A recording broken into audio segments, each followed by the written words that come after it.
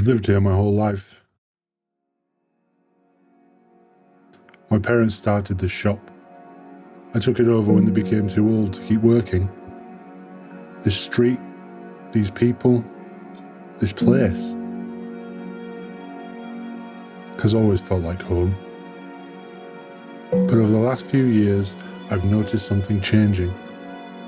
Conversations stop sometimes when I walk closer.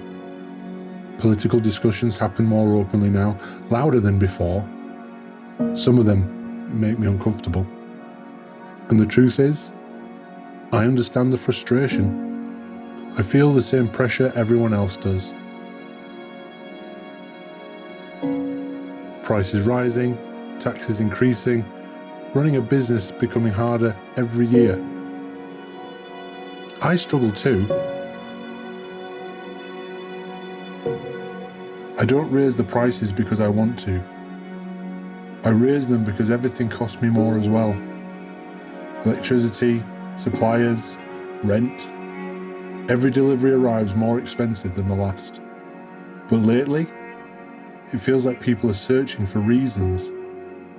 And sometimes, those reasons seem to land on people who look different.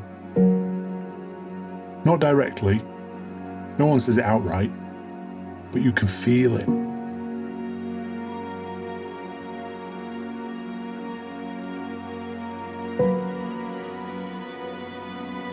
I heard Tom lost his job. I gave him a small discount today. He and Lisa have always been kind to me. They're good people, just trying to live their lives like everybody else.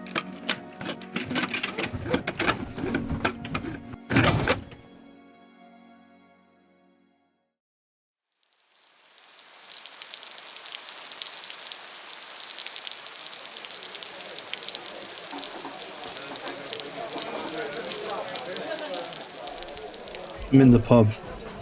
I tell myself I just need a drink, but really, I'm tired.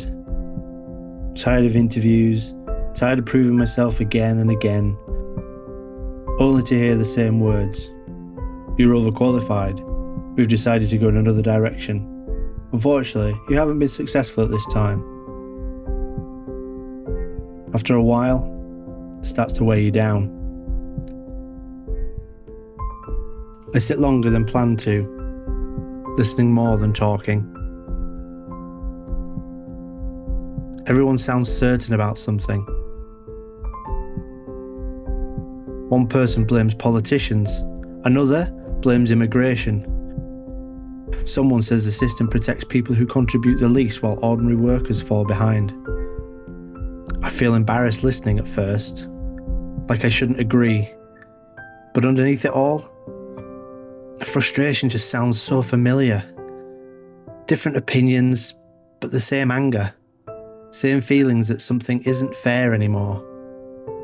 For the first time, politics doesn't feel distant. It feels personal. Because when your life changes, you start listening to anyone who sounds like they have answers. And slowly, I begin to listen.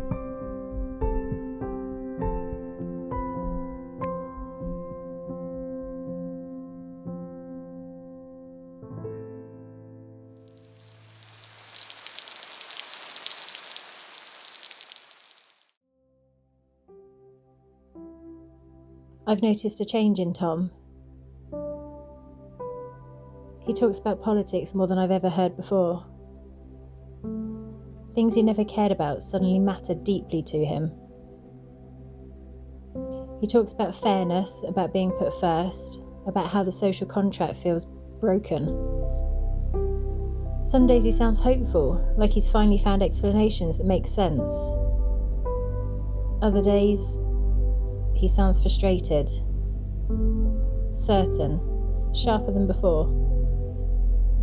And that's the difficult part, because a lot of what he says isn't completely wrong. Life has become harder.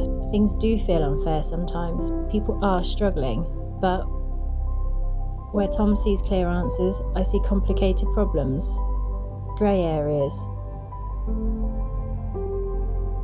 People trying to live alongside each other while everything just feels uncertain. I don't think he's angry. I think he's searching. Trying to understand why the life we built suddenly feels so fragile. And I realise something that worries me. It isn't just Tom changing. It feels like everyone is searching for certainty now. Even if certainty comes wrapped in ideas that divide people more than they bring them together.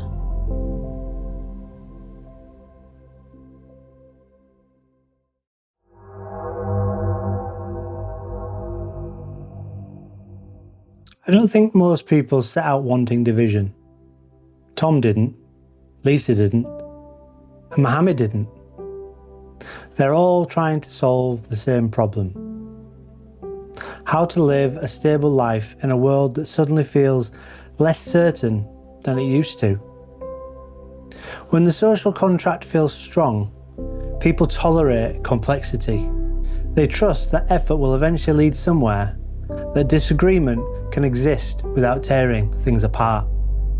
But when that contract begins to feel broken, something changes. People start searching for explanations. Not because they want conflict, but because uncertainty is hard to live with. And explanations that feel simple start becoming more attractive than explanations that are complicated. Someone must be responsible. Someone must have caused this. Someone must know how to fix it. And that's when the conversations change. Neighbours begin disagreeing more openly. Politics stop feeling distant and start feeling personal. Sides begin to form, not officially, but emotionally.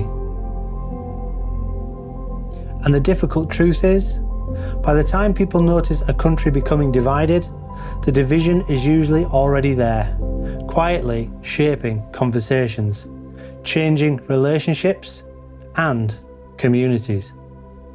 Because almost everyone believes they're trying to protect something important, their family, their future, and their country.